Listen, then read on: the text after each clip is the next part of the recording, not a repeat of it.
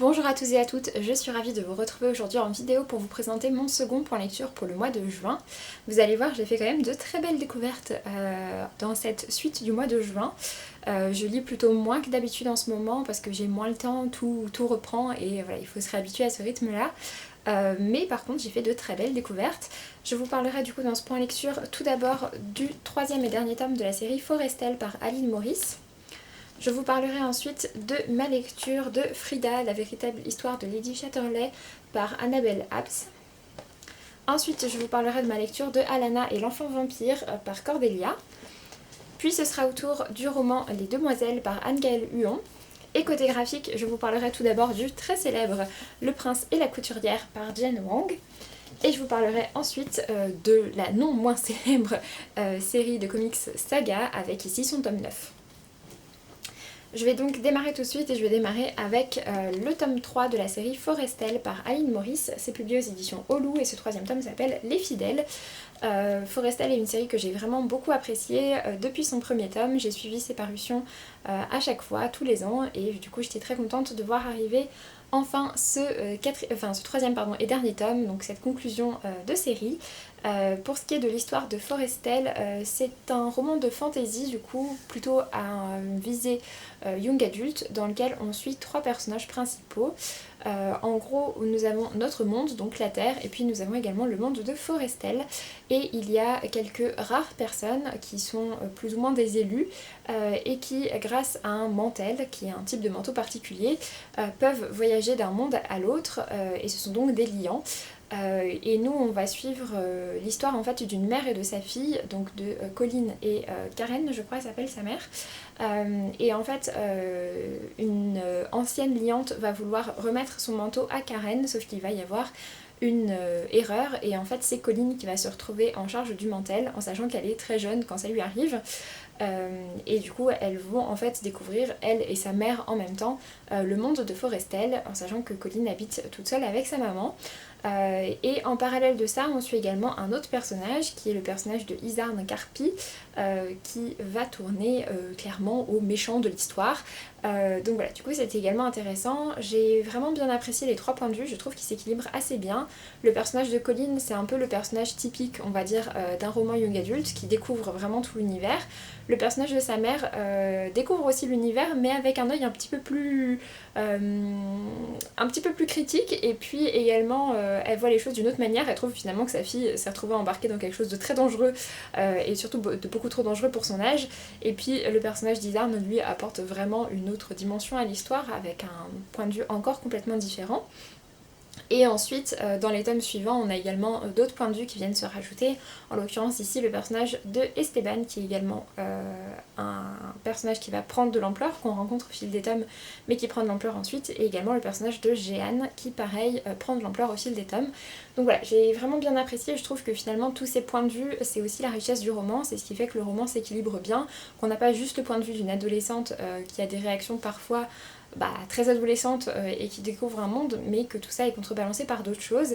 Je trouve que ce tome du coup propose une belle conclusion à cette série, les personnages sont toujours aussi attachants et puis les idées sont assez nombreuses. Encore une fois, on voit vraiment pas mal de choses, on comprend que c'est un univers qui est quand même assez poussé finalement, et puis avec pas mal de choses qui sont réfléchies aussi par rapport à comment cet univers a été créé, quelles sont les choses qui ont été pensées en fait au début, etc. Donc voilà, c'est vraiment intéressant. Et puis en plus de ça, on a quand même de jolies valeurs également qui sont proposées ici, des valeurs autour de l'entraide, de l'amitié, mais également autour de l'écologie par exemple. Donc voilà, c'est vraiment une série que je trouve très chouette, que je vous recommande de découvrir et qui est donc maintenant terminée. Ensuite j'ai découvert et du coup donc oui, pour Forrestal c'était un service presse, j'avais reçu j'ai reçu en fait les trois tomes de la maison d'édition Olou et je suis vraiment très contente du coup d'avoir pu découvrir cette jolie série. Ensuite j'ai également lu un autre service presse, de toute façon en fait les 4 romans que je vous présente sont des services presse, donc comme ce sera plus simple. Je vous présente du coup également Frida par Annabelle Abs, donc la véritable histoire de Lady Chatterley aux éditions Hervé Chopin. Ici donc on est sur un récit plutôt historique du coup, qui n'est pas une biographie mais qui est plutôt une... C'est pas vraiment une biographie, on va dire que c'est plutôt une biographie romancée. Donc ça parle de l'histoire d'une femme qui a vraiment existé, mais après voilà, autour c'est un roman, donc ça reste une œuvre de fiction. Dans ce récit du coup on va suivre bien l'histoire de Frida, donc Frida c'est une jeune femme issue il me semble de l'aristocratie allemande, qui est mariée avec un homme anglais, mais qui n'est pas très heureuse dans son mariage, qui de manière générale n'est pas très heureuse avec la conception du mariage et de la femme qui doit être soumise à l'homme et s'occuper juste des enfants et ne pas avoir beaucoup de pensées par elle-même, etc. D'autant plus qu'elle voit que ça se passe de manière très différente pour ses sœurs, qui sont donc elles restées en Allemagne, il me semble, en tout cas l'une des deux, et qui sont du coup mariées avec des hommes aussi, mais qui non seulement en fait ont de véritables échanges avec leur mari par rapport aux pensées de leur mari, puisque toutes ces femmes en fait sont mariées avec des hommes qui sont globalement des littéraires ou des penseurs, etc. Et que voilà, en fait elle voit que ses sœurs, et ben, elles arrivent à entrer dans les discussions, à faire partie du truc, alors qu'elle, vraiment non, elle est exclue de tout ça. Et puis elle remarque également assez vite que ses sœurs ne sont pas dans des mariages qui sont exclusifs, et que dans des relations exclusives, et que voilà, leur mari accepte qu'elles aillent voir ailleurs, qu'il y ait d'autres relations autour, mais pour le mari aussi, et que tout ça est perçu comme étant normal. Du coup Frida va rencontrer assez vite un homme qui est un psychanalyste qui reprend un petit peu les idées de Freud qui étaient assez récentes à cette époque-là, et du coup c'est avec cet homme-là en Allemagne qu'elle va finalement découvrir tout ça, découvrir également un autre mode de pensée dans lequel la femme ne sert pas juste à élever des enfants, dans lequel la femme est traitée comme un égal des hommes, dans laquelle elle a le droit d'avoir plusieurs relations sans que ça fasse d'elle quelqu'un de mal, et dans lequel c'est accepté, etc.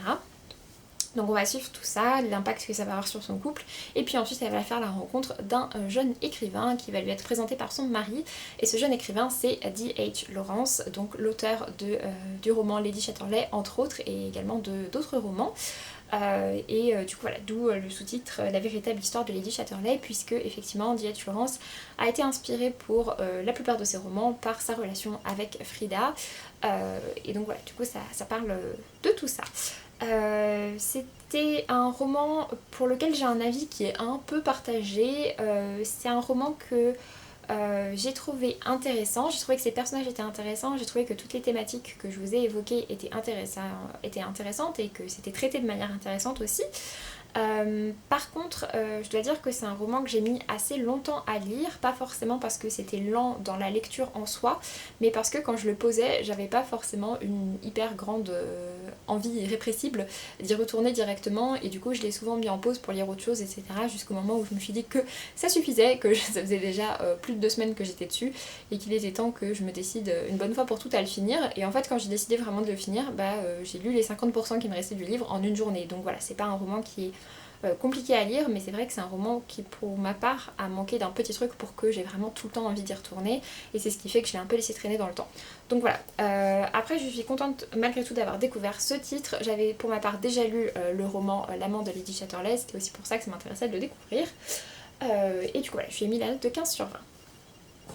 Ensuite, je me suis lancée dans Alana et l'enfant vampire par Cordelia, aux éditions du coup Scrinéo, qui est donc le roman qu'on attendait tant de Cordelia. Cordelia du coup est une autrice et booktubeuse que je suis depuis pas mal de temps, que j'aime beaucoup. J'aime beaucoup tout le contenu qu'elle propose. Elle propose un contenu qui est très axé autour de la diversité de représentation de manière générale. Elle lit aussi bien des mangas, des romans, de l'adolescent, de l'adulte, de l'imaginaire, du graphique, enfin voilà, elle lit un peu de tout, mais souvent avec cet accent LGBT ou représentation en fait de manière générale. Et ce qu'elle expliquait, c'est qu'en fait ce qui l'a motivée à écrire ce roman, qui est donc un roman destiné à la jeunesse, à peu près à partir de 12 ans, puisque c'est l'âge de notre héroïne, c'est qu'elle avait envie certes de raconter cette histoire destinée à la jeunesse, mais elle avait surtout envie de pouvoir proposer un roman comme elle aurait aimé en lire quand elle avait cet âge-là, et donc un roman avec de la représentation. Voilà, c'est pour ça aussi que j'étais curieuse de lire ça, puisque je sais du coup que c'est quelqu'un qui est très renseigné sur tous ces sujets, qui est très ouais, qui maîtrise tous ces sujets, et donc voilà, du coup je lui faisais complètement confiance de ce côté-là. C'est un récit du coup dans lequel j'ai bien apprécié l'histoire. Pour ce qui est de l'histoire, on suit donc Alana. Elle fait partie d'une famille de médiatrices qui sont en fait des personnes qui sont chargées de faire en sorte que les relations entre les humains et les vampires se passent bien. Elle habite en l'occurrence à Paris et le commun des mortels ne sait absolument pas qu'il y a des vampires, et les médiateurs servent à ce que non seulement on ne le sache pas, mais également à ce qu'il n'y ait pas de soucis, et que quand il y a un problème, ils équilibrent un peu ça, et est-ce que ça se passe bien.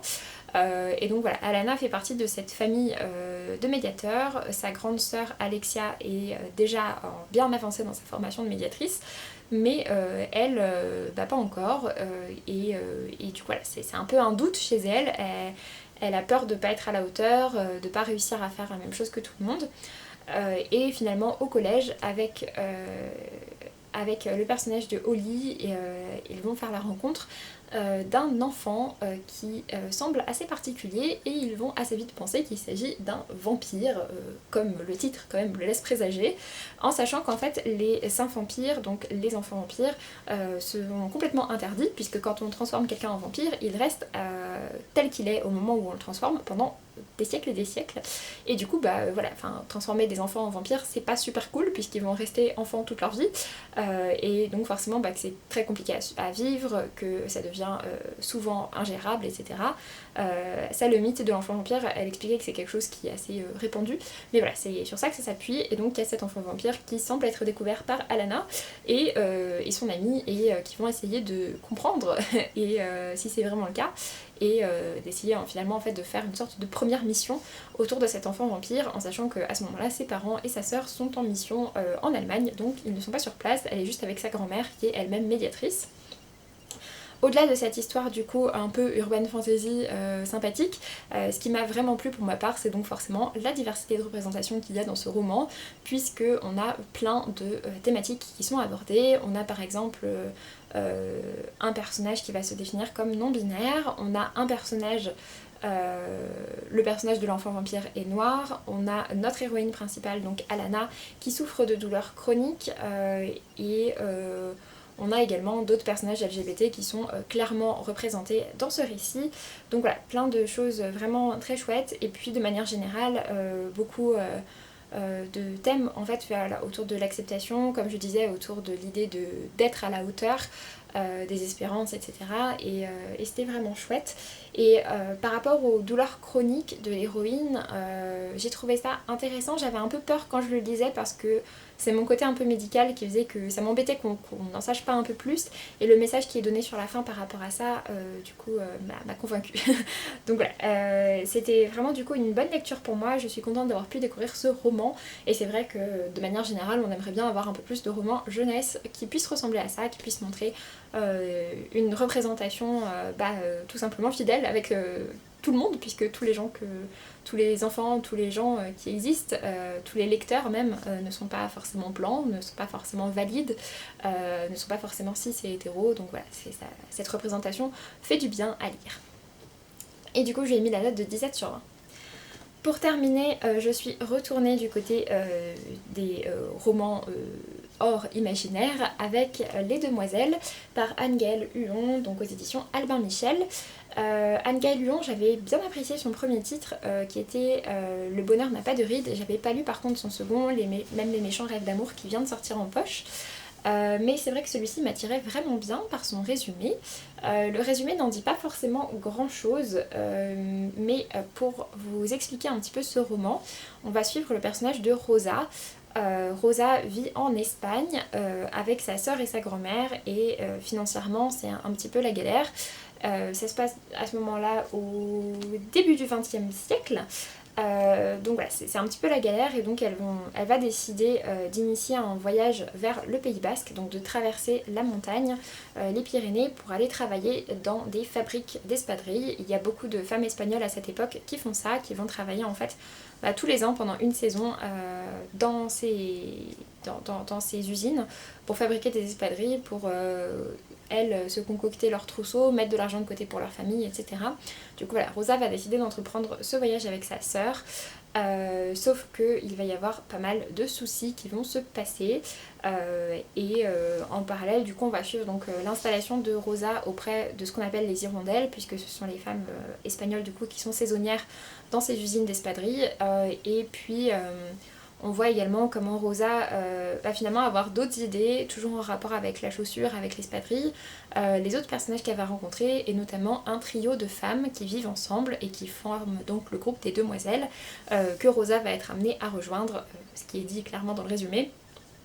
Qui sont des femmes assez particulières, qui vivent dans un monde très froufroutant, plein de froufrous, de plumes et de champagne globalement, et c'était vraiment très chouette. J'ai vraiment beaucoup apprécié les différents personnages, je les ai trouvés très attachants. J'ai bien aimé également le contexte historique, puisque ça va se passer ensuite sur pas mal d'années. On va avoir ensuite l'arrivée de la Seconde Guerre mondiale. Du coup ça doit se passer je pense dans les années 20 à peu près, puisqu'on a ensuite donc l'arrivée de la Seconde Guerre mondiale, et puis on a ensuite pas mal d'autres choses qui vont se passer. Le contexte historique voilà était vraiment chouette, le décor également du Pays Basque, l'ambiance qu'il y a, à la fois l'ambiance du Pays Basque et puis l'ambiance particulière des demoiselles dans cette ambiance voilà, de froufrou et de champagne, et puis c'est également un roman dans lequel il y a beaucoup de secrets, les différents personnages sont très liés les uns aux autres, même si au premier abord on ne voit pas vraiment pourquoi, et tout ça va donc voilà, se révéler petit à petit au fur et à mesure de l'histoire. J'ai vraiment bien apprécié tout ça, c'est un roman avec lequel j'ai passé vraiment un très bon moment. Voilà, à voir après juste par rapport à cette histoire, si c'est une histoire qui va me marquer dans le temps. C'est vrai que j'ai passé un très bon moment avec, mais pour l'instant je sais pas trop dire si c'est un titre que je vais forcément énormément retenir par la suite. Mais voilà, en tout cas, comme j'ai passé un bon moment avec, c'était quand même le but principal, et du coup je lui ai mis la note de 17/20. Ensuite, côté graphique, deux excellentes lectures. Tout d'abord, je me suis enfin lancée dans le titre Le Prince et la Couturière, donc par Jen Wang. Je vous le disais en fait dans ma dernière vidéo, c'est un titre que j'avais très envie de découvrir, que je laissais traîner quand même depuis pas mal de temps dans ma pile à lire, puisque je l'avais acheté pour le Rainbow Challenge, mais pas celui de cette année, celui de l'année dernière. Alors que c'est un titre graphique, donc normalement les titres graphiques je laisse pas les traîner aussi longtemps. Mais voilà, je savais qu'il allait me plaire en plus vu tous les retours que j'en avais vus et vu le style de dessin, et ça n'a pas manqué, c'est un titre que j'ai beaucoup apprécié. On suit du coup dans cette histoire un prince qui est très passionné par la mode et qui va faire la rencontre par le biais d'une de ses créations avec une couturière, et qui va décider de l'embaucher à ses services. Sauf que voilà, le prince n'est pas un prince comme les autres, et il n'aime pas que voir des robes, il aime bien également porter des robes, se faire appeler par un autre nom, etc. Il a une sorte de double identité en fait. Qui est vraiment intéressante, et puis on a la relation entre ces deux personnages qui est vraiment super chouette. Le style de dessin est vraiment très mignon, et comme vous pouvez le voir on est quand même sur un beau bébé. C'est un titre graphique qui fait 270 pages, du coup on a une histoire qui je trouve est assez creusée, dans laquelle il y a pas mal de détails, etc. et c'est vraiment très chouette. On a du coup une histoire qui est vraiment complète, et c'était vraiment chouette. Du côté du dessin, je vais essayer de vous trouver ça. De vous trouver quelque chose qui ne spoile pas. Donc voilà, pour ce qui est du dessin, on est sur un dessin du coup que je trouve vraiment mignon, assez coloré. Et puis derrière tout ça du coup on a de très jolies émotions, et on a également je trouve un très beau message, puisque toutes ces choses par rapport au prince forcément amènent des secrets, et posent des questions sur toutes les personnes qui gravitent autour. Et j'ai vraiment bien apprécié tout ce qui en a été fait, donc voilà, c'est un titre que j'ai vraiment beaucoup aimé. Je sais qu'au moment où je me l'étais procuré, il était un peu compliqué à trouver, je sais pas si c'est encore le cas. Je crois en fait qu'il n'était plus édité en neuf, du coup voilà, il peut être un petit peu compliqué à trouver, mais si vous arrivez à mettre la main dessus, surtout n'hésitez pas, parce que c'est vraiment une très jolie histoire. Je l'ai beaucoup aimé pour ma part, et je lui ai mis la note de 19/20, donc voilà, ça a été même un petit coup de cœur pour moi. J'ai versé quelques larmes, et puis voilà, j'ai vraiment beaucoup aimé ma lecture. Et du coup pour terminer rapidement, j'ai lu le tome 9 de la série Saga par Brian K. Vaughan et Fiona Staples aux éditions Urban Comics. Donc le tome 9 c'est le dernier tome qui est actuellement traduit en français. Donc le dernier tome disponible actuellement, mais ce n'est pas la fin de la série. Clairement pas vu la fin. Et c'est un titre, du coup, ouais, ça fait longtemps que j'ai découvert Saga, mais j'ai un peu espacé mes lectures. Et je pense que j'ai bien fait parce que ceux qui ont lu ce tome-ci à sa sortie doivent attendre depuis quand même pas mal de temps et être assez frustrés d'attendre la suite, puisqu'il se passe quand même des choses assez impressionnantes ici. Des gros éléments se passent ici pour préparer la suite. Donc voilà, du coup j'aurais été, je sais, assez frustrée de devoir attendre très longtemps. Donc voilà, j'espère que ça ne tardera plus trop pour la suite, en sachant que c'est pas un problème de parution, de traduction, c'est vraiment voilà, qu'ils ne sont pas publiés pour l'instant. Pour ce qui est de l'histoire de Saga, on a du coup deux personnages principaux, donc Marco et Alanna. Ils viennent de deux peuples différents. Marco a des cornes et Alanna a des ailes. Le peuple d'Alanna a mis en esclavage celui de Marco, mais les deux ont décidé de s'enfuir. Alanna du coup a déserté l'armée et Marco était un prisonnier qui s'est enfui. Ils se sont enfuis ensemble et ils ont commencé une vie ensemble. Et comme cette couverture du tome 9 le laisse un peu présager, en même temps voilà, ça arrive quand même assez rapidement dans les tomes, ils ont eu ensuite une fille ensemble. Et donc voilà, on suit toute leur histoire en sachant donc que ça reste des personnes qui du coup sont complètement hors la loi, qui sont recherchées par pas mal d'autorités, que l'idée de pouvoir se reproduire entre les espèces est quelque chose qui est complètement hors de concept pas imaginable en fait pour la plupart des gens. Et de manière générale, voilà, on n'a pas que ces deux espèces là, hein. On va rencontrer beaucoup d'espèces très différentes. Je vais essayer de vous en montrer avec les planches, mais c'est toujours pareil, je vais essayer de trouver quelque chose qui vous spoile pas.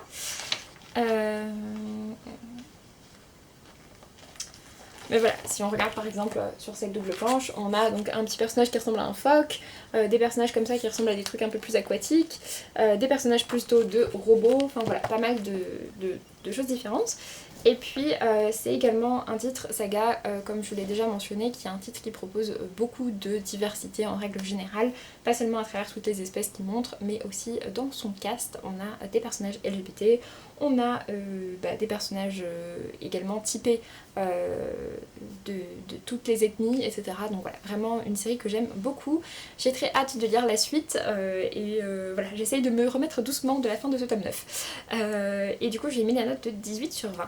Sur ce, j'en ai donc fini avec ce point lecture, j'espère que ça vous aura plu. N'hésitez pas à me dire si vous avez lu certains de ces titres, si vous les avez aimés ou ce que vous en avez pensé de manière générale. Et n'hésitez pas également à me dire par exemple ce que vous êtes en train de lire en ce moment. Et puis pour ma part, je vous laisse et je vous dis à très bientôt pour une prochaine vidéo. Salut!